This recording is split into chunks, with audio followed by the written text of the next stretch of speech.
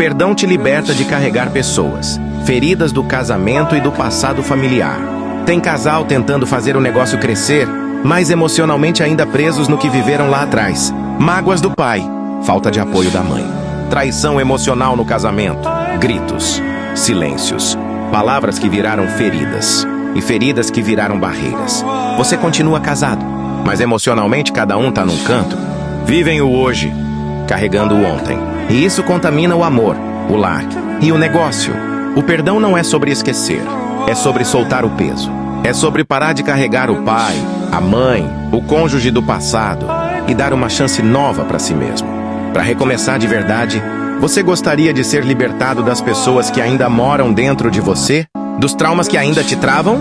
Se quiser aprender a soltar tudo isso, me chama no direct na bio do Instagram. Porque nenhum amor e nenhum negócio resiste carregando o passado demais.